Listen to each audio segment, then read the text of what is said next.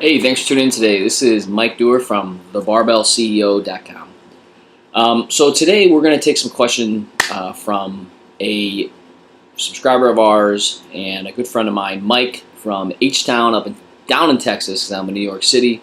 He's in Houston, and he has some questions about getting started and starting your personal brand and kind of just diving into something without really having an experience, which sounds a lot like what I did a couple years back with my business J2 Fit. And then I had some experience, and now obviously I'm building this to try and help not only fitness professionals, but really anybody trying to build a personal brand. He's in the teaching space, but he's an avid hiker and fitness enthusiast, which is how I met him. And now he's just looking to build something of his own and really be passionate about it. So today I'm actually going to go through Mike's questions here. And you can kind of see him in the back, but I'm going to kind of toggle back and forth between some things. So we're going to start without further ado. Mike's first question here is, what does my average day look like as a young entrepreneur living in New York City? I'm a strength coach. I run the business aspect of that as well with my partner, business partner Mike. And he also wants to know what are things that I know waking up I have to do every single day. So first and foremost, you want to make sure that you set your day using a calendar. I really like using Google Calendar, and I am very meticulous, and maybe that's from my strength coaching days, with every single minute that I spend. Right? And I want to have blocks so I know exactly where my day is going, just like a budget. And time management is going to be key, because when you are on your own, when I left my corporate job, the biggest adjustment I had to make was that I had nobody breathing down my neck, right? And if I didn't get up in the morning, nobody would ever say anything. Maybe my fiance would, but eventually it would catch up to me. But you have to really be diligent in your time management and be really efficient and start to prioritize what is important to you. So waking up every morning, I wake up at 5 a.m. Eastern Standard Time. My first client is at 6 a.m. So in the morning, I get up and I have my breakfast, my coffee. I just kind of peruse my emails and kind of flag things that are kind of important that I need to go after later in the day. And then I will put up our first social media post. And really, we'll get into social media later, but that's where I go. I commute to the gym. I'll train a couple clients throughout the morning. Then usually it's about 11-ish or so, and I will have a free time. I'm an active Olympic weightlifter competitor. I've done powerlifting. So I value my time training as just as much as me going out there and working or this and that, because I'm a product of what I do, and I have to be on top of my game. So this is for any personal trainer, anybody out there, is to make sure that you actually practice what you preach. And that actually has been something to hit on that. Me actually physically training for myself has been one of the best marketing tools, one of the best learning tools as a coach. And I've really developed great relationships with people throughout those experiences. So don't underestimate the time that you have to take for yourself to work on your craft and who you are as a person. So usually I'll do that for about 2 hours a day. I'll shower, do all that. Some days I might stay after and I'll record content. So we have an exercise database. We have online programs. So there's a lot of sometimes we need video content, or I need to shoot something with my business partner, or whether it's videos or picture posts, just getting content. If I have time and I have a block, I'll try and get it there, so because it's just building content for the future. You can always use it on YouTube, Instagram, Facebook, blog posts, whatever it is. Capture it, don't go crazy with it, but over time you'll start to get in a really good habit of just learning how to kind of take videos and shots, and having kind of an idea of, okay, how is this going to fit into something later. So then I have a midday kind of lull. As a trainer, most people I see before and after work. So then my second part of that midday lull is an open time. That's spent either meeting with my business partner to discuss our initiatives, or our kind of check-ins, what we're doing. Whether it's meeting with our business development team, which is really us two, and then a business coach who's helping us kind of take it to the next level. And then everything else. So some days it's doing administrative work. Some days it's doing payroll, QuickBooks. Some days it's doing visual content for our blog, for our social media. Just sometimes it's YouTube, or sometimes it's planning. right? And that's kind of an open time. And then also online programming, which is another service that we have. I'll slot a couple hours a week for that. Then my weekend or my night shift starts, evening shift. That's usually about 4:30ish to 8:30, and I'll train clients through that. That's essentially what happens on my daily non-serious fluctuations that we'll get into. So just hitting back on some of it here. I'm gonna pull up my phone. Social media training, emails. Cool. I went through everything. So then Mike also asked, what are some things that I know I have to do every week and every month? And you'll start to kind of develop. So at weekly, what I have to do at the end of every week, I make a to-do list for the next week. It's not set in stone, but it's a pretty fluid list that I kind of have my weekly initiatives that I have to do. And just like any goal setting that fits into my next month, which fits into kind of the bigger picture and where we're going with our 2 to 3 month goals. Any calendar switches I need to do, any emails that I need to kind of get back to that maybe I didn't get to that individual day, maybe some initiatives take a little longer. Partner meetings, we'll schedule those. We have those about once a week. To-do list, like I said, looking forward in the week ahead. Then monthly or even sometimes bi-weekly, so 2 times a month. We do payroll. We pay employees out every other week, so that takes time. We run the QuickBooks. We run our invoicing. That's all monthly done through QuickBooks and invoicing, and you can all figure that out. Tracking our expenses, doing the banking, and then just a lot of the email marketing content. So we send monthly newsletters both on j2fit.com and the barbellceo.com. And then also scheduling or editorial content. So I'll use J2Fit because that's kind of the one that's really thriving right now, and that's why I started this one. So is J2Fit, we do 4 unique blog posts on our site per month. Each one of those are scheduled a month to sometimes months in advance. Maybe not written, but we have drafts of ideas. Then one of the best and free ways to increase traffic to your site, which is another lead in here, is going to be getting on a guest post or guest author or guest contributor on other sites, whether it's a blog or video, getting featured on that. That's huge. It's free marketing. It's great backlinking to your site to create generative traffic. So that's kind of like what my today and tomorrow and next week and monthly kind of look like. And that's kind of, we've hit our stride now, and now we're able to kind of take on more, and you start to learn systems. And I didn't mention this earlier, but you can look on our free ebook about personal branding. It's at thebarbellceo.com/store. It's free. And it really, within there, kind of lays down a lot of this content.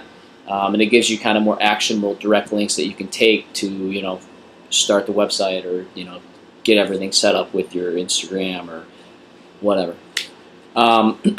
So some things then, the next question here is, what are some things that you need to look out for when starting out? First and foremost, like we said earlier, time gaps and loss of efficiency of your time. If you don't understand where your time is going per day and also budget time in, you're going to be extremely inefficient. And that was something that happened to me when I first left. I was like, man, I got all this time. I was spending 4 hours at the gym working out and kind of schmoozing and doing videos here and there. I need to be much more efficient with my time. So, that's just sitting down and just like any budget you make for finances, make a budget for time, but also make sure you're taking time for yourself. Doing too much too soon, we're all kind of guilty of that, and we want to do everything, this and that. And that kind of goes back to when you sit down and develop your brand, you need to figure out who's your target audience, what are you going to offer, and how can you do it, and what are the best channels. Stick to those 1 or 2 ways, 3 ways maybe, and then build from it as you go on. But realistically, in terms of social media, we got maybe our top 2 or 3 channels that just are traffic drivers.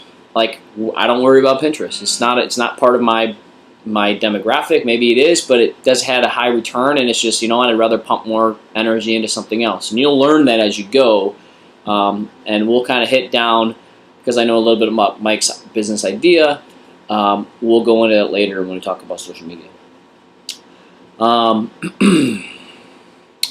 So just another thing, this is kind of just random shooting out here, so you can take your notes, but I'll send you this note, and this will be a note attachment in the vlog post that's going up on the Barbell CEO, is when you make content on your site, whether it's blog posts, you need to envision who is on your site, right, or who is part of your brand. So when we look at J2 Fit, we have New York-based personal training, online custom programming, online programs, and then the community aspect. So in the beginning, we used to push out content just like, oh, maybe they'll like this, maybe they'll like this, instead of thinking the content for the intended audience. So if I put something out there about workplace initiatives and how fitness and nutrition can help create stronger workers and workplace performance, that's going to really target it to more of our professional base, right? So it's typically our PT people. It's also going to go, we offer corporate fitness seminars.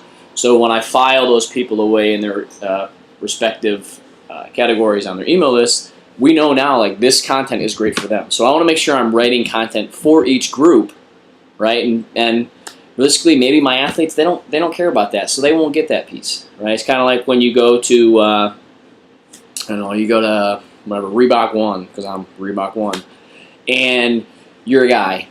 Do you really want to be getting emails about girls' legging sales? No. So they are actually targeting emails, and it's like, wow, every email you get, it's about sales for shoes, workout gear, or the top workouts from whatever athletes. It's targeted to you, so you need to start thinking about how can you target your audience better so they're not getting bombarded with all kinds of just nonsense. That's something to look out for. Next one, this kind of gets into ownership, but if you're going in with a partner, really set down the legality paperwork, and we'll get into that later. Mike asked about how do you set up the trademark and all that, LLC or whatever. I was fortunate enough to go in with one of my best friends. With that, you have to really be clear and understand that, my business partner and I, we were best friends, and then we started the business. And friendship and business can go hand in hand, but they can't. Sometimes, you got to have those tough conversations, and you have to be upfront.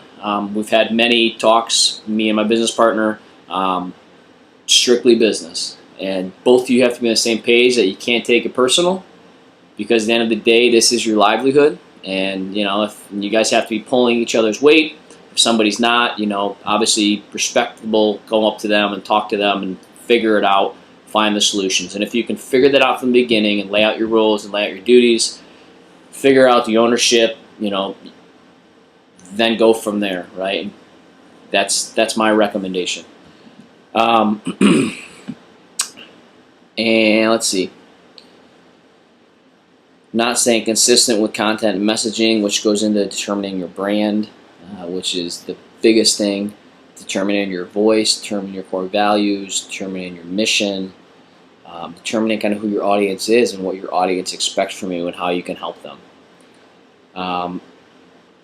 Not staying true to yourself, that's another one. Like, we all do things, we all start a personal brand because we're passionate about it. And at the end of the day, passion, right? Like, my first year, my second year, my third year, I didn't make anything. I was working and doing this on the side, right? Which goes into my next one, which is people expect too much too soon. Don't do this because you want to get rich, right? I had to work 2 jobs, pay off $1,000 student loan every month, and live in a 6th-floor walk-up, right? So I could hopefully build something, right? And you have to just understand that you don't know what next day is going to entail. You have to obviously have a plan, but this isn't a get-rich-quick scheme here. And, if you're passionate about it, you're going to be totally cool watching NFL Sunday, doing programming, writing blog posts, which is what I did yesterday, right? So you just have to understand that that's really what it's going to take. All right. There's a long lead-in, but so now the next one is goes more into social media and posting content. It says what regularity should you be posting? And that really comes down to what is your audience and where do they hang out? So from the information that I gathered, Mike's business is really geared towards teaching and education, really educating, creating an environment for teachers.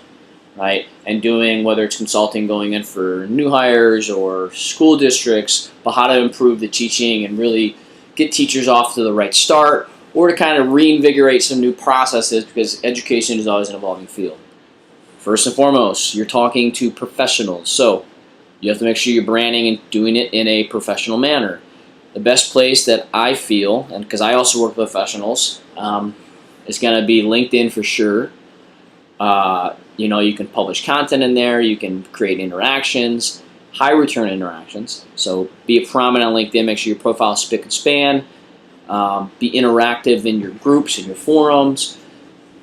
Next one's going to be Twitter. Twitter is great because it's, people tweet all the time, and typically it's a quick hitter. People share URL, blog posts, whatever. And a lot of professionals have it. It's great business to business. It's great professional to professional. And you can really, get after it with talking with everyone. So the next ones, then you look at Facebook and Instagram. And because I'm in the fitness and strength world, obviously visuals and videos help. In yours, maybe you're selling a lifestyle like this, right? This is a consulting, so this image is going to be, or this video is going to be great for YouTube because I can replay it over and over, right? It's going to be great to put on LinkedIn and do a blog post because I can reach out other professionals, right? I also am selling a lifestyle here, right? This is something that I built for myself. I'm extremely passionate about fitness. I'm extremely passionate about life, and I'm extremely passionate about helping people create what and who they want to be for the future. And that's really what Own Your Strength and Barbell CEO stands for to me, and I hope that resonates with other people. So visually, that stuff also does great on Facebook and Instagram. But biggest thing is don't spread yourself too thin. Don't think you have to be everywhere to be seen. I would stick with the big ones. Like in my free ebook, I actually lay out stats of where most people hang out in the demographics. And LinkedIn typically has people with the highest annual earnings, professionals, typically in your target market audience. So that would be somewhere to start. You look at, like, I know MySpace is obsolete now, but MySpace, it's usually younger users, people with less education. I'm not saying that's the truth, but that's what some stats have shown, and that's just because it's used typically with high school athlete or a high school and all that. So you can check out those cool stats. It's really crazy how everything's broken down for you, and you can kind of see, okay, which ones are going to work best. Try them out. If they're not working, either it's your plan or maybe it's just not the best option for you. But don't spread yourself too thin. I'd pick like 2 or 3 and get a great strategy and just do it. And then another one here that I really like. So we've talked about Twitter, LinkedIn. We talked about YouTube. Twitter, you can really do it 2 to 5 times a day. At different periodic times. I like to play the thirds rule. I like to either share, retweet something that's great from somebody else or another website, have something from your own content, and then kind of like the other third is, maybe it's another piece from somebody you collaborated with or previous content. But you really want to be interactive in your groups, and it's a great way to share with other people not only what you're doing, but what other people are doing, right? If I knew everything, which I don't, then life wouldn't be cool, right? So I'm learning every day. So if I learn something from Entrepreneur.com or, Mark Cuban's got some cool little lessons out there and I like his mindset, I'll share that on my stuff, right? That's what it is. Another one here is Periscope. If you are guys into live streaming, like say you're doing check it out, it's a live streaming app that people can jump on there and watch you. It would be kind of cool to see what you, say you're doing how to lesson plan for teachers, for new teachers who don't know how to do that, right? And you're doing it on the blackboard. You can set something up on Periscope, and it's a great way to, and then you can save the raw file, and you can reuse it for a YouTube video, and you can host it on your YouTube channel. You can write a blog write-up like I'm going to do for this, and there's your blog content for that same video. And you can have it be a live stream, so people on Periscope can follow you. Periscope is it's kind of like Meerkat. It's an online streaming app, live, it's free, and people can follow you and they can just tune into your live broadcast. And that's a great way to interact with people, and they can ask questions while you're doing it, and you can see those and answer them real time. It's a really cool app. It's great for teachers and educating. And the cool thing is you can take the raw file then and upload it directly to YouTube. So now you've created a live piece, and then you can reuse that piece and other things. That's the next step, which is how to create content and then be savvy with it to understand this content can be used multiple ways. So it all depends on your audience. In terms of trademark, when should we get one? So trademarking just means that you're going to take your logo and your tagline or whatever and put your stamp on it. That's really up to you. Before all that craziness comes, maybe not way down the road, but I would really just staple down and make sure that you're on the right track. Once you kind of find something, and then you can kind of reassess and go from there. From my experience, J2 Fit right now, we have a formal LLC, Limited Liability Corporation. We formulated that probably about 6 months after we had our domain name and everything. We'll talk about it later. It's not a bad idea if you have a long-term vision. It's to be honest, the pricing, it varies, I think, state to state or who you go to. There's application fees. You can just go on Google for that. We were fortunate enough to work with one of our clients who actually was a lawyer for all that, and we worked out an arrangement. So definitely want to minimize your costs, especially as a startup. Let's see, what's the process of getting one? So again, it varies. You'd have to go online, just Google it. U.S. patent. U.S. patent and something. You can just Google it and they'll have all the information there. It's all that lawyer jargon. If you know somebody that's a lawyer and they're a buddy, maybe you can offer a trade, whatever. LLCs, do they expire? The process was actually pretty easy for us because they handled everything for us. But they expire. You'd have to look at the paperwork. Once again, we have somebody who takes care of that, which is another rule. If you don't know how to do something, either learn it, but some things just the time it takes for you to learn that, right? Like they went to school to be lawyers. I went to school to be a strength coach.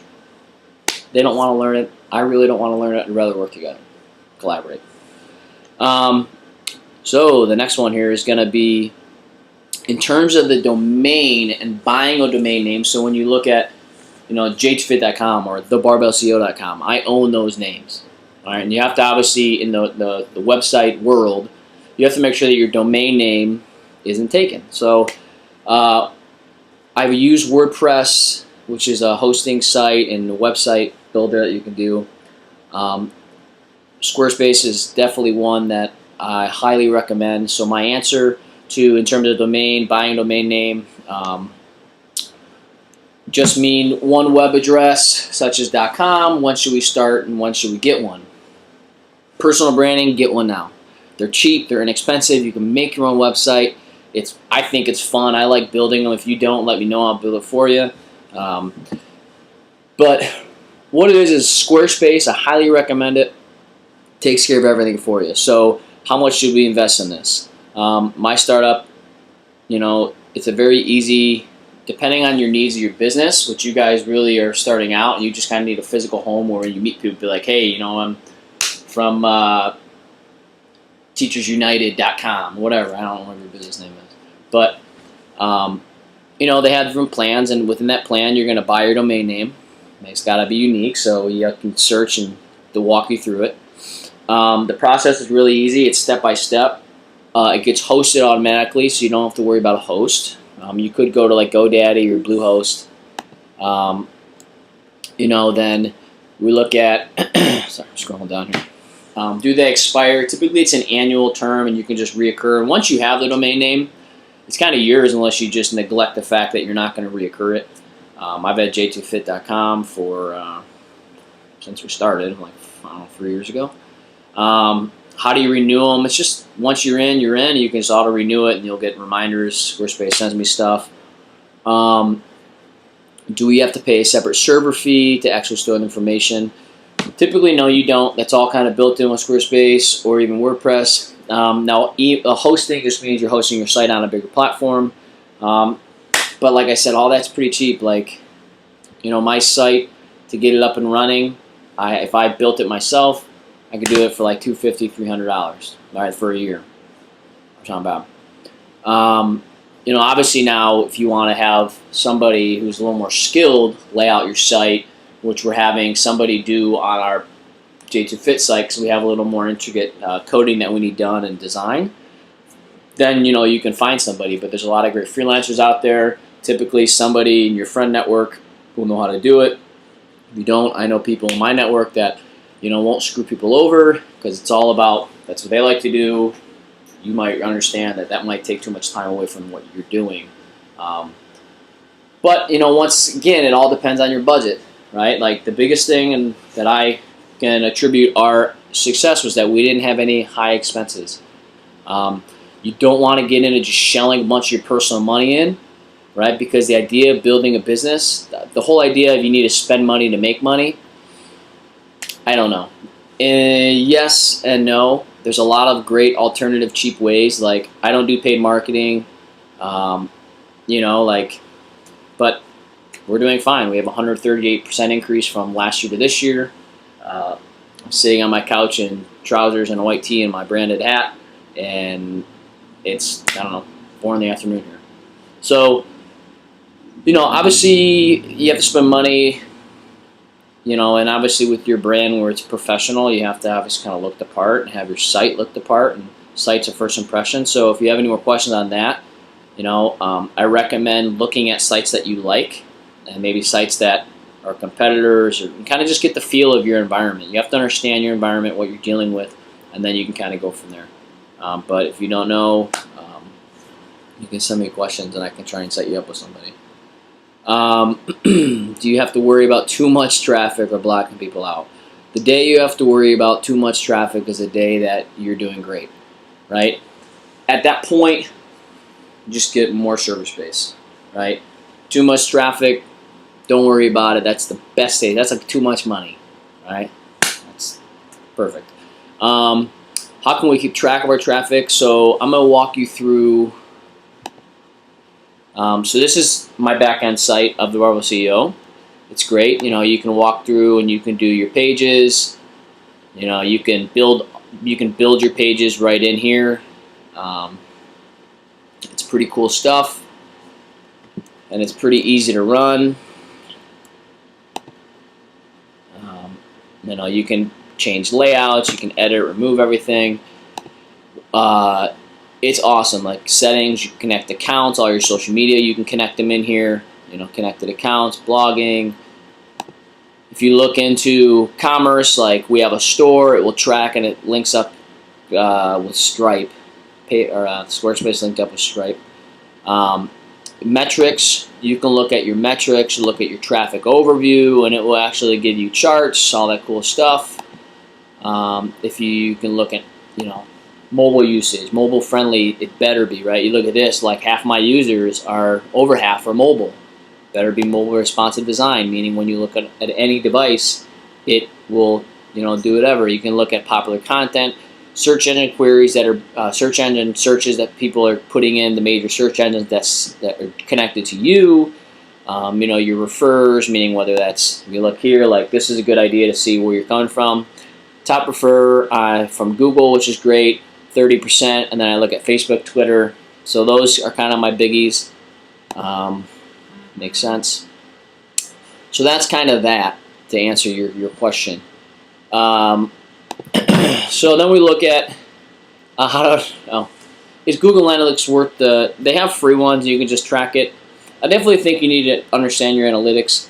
Getting started, I don't think you need to do all that payment, because realistically, if you're paying people to come, you got to make sure that what you have there is what they want, right? And sometimes it's about quality versus quantity, especially in your space, where you're offering a high-end product for people. So you really want to make sure that you got everything stable down first, and then you can really worry about all that traffic. And that comes down with like your branding plan, your business plan, your content plan. What are you going to serve? Who are you going to serve? The next one, how did I get my branding into my email? That was all part of Squarespace. It's linked up, custom domain, the j2fit.com. That's my other one, my coaching one. This one here, thebarbellceo.com, and I was able to connect it and link it up with Google. So I use all of the Google everything. It's just mike.doer at thebarbellceo.com, and that's a part of the option. I can have up to my plan. I can have up to 10 custom emails on my Barbell CEO site.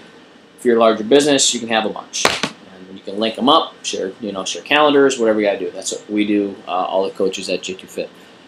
What social media sites should we be using? We kind of talked about it before. See above. It depends on the branding.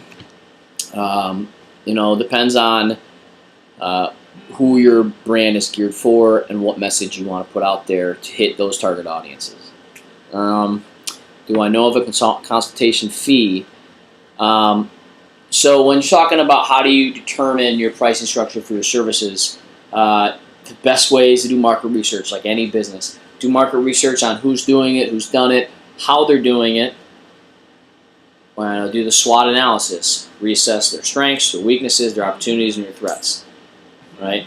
Once you can go through that, then you can start to formulate, okay, like, am I going to do the same thing, but I'm going to be even better at it because X, Y, and Z, and I have credentials and have a better system, and I have, whatever. List all that out. And then you have to determine what your time is worth. Right? So I'm going to give you an example of what we do and how the lessons that I've learned now. So j2fit.com, we offer custom exercise programming every month. People subscribe, or not every month, it's an auto renewal subscription, and they will get 4 weeks of custom programming that I will actually sit down, or a coach, on our computer, taking all the data that they've put in and build a custom plan based on their goals, what they have available to them, who they are, their abilities. We do all kinds of movement screens, so I can actually video and see them. And then they have a PDF or an Excel sheet that they can use in their Google Drive app, and they can access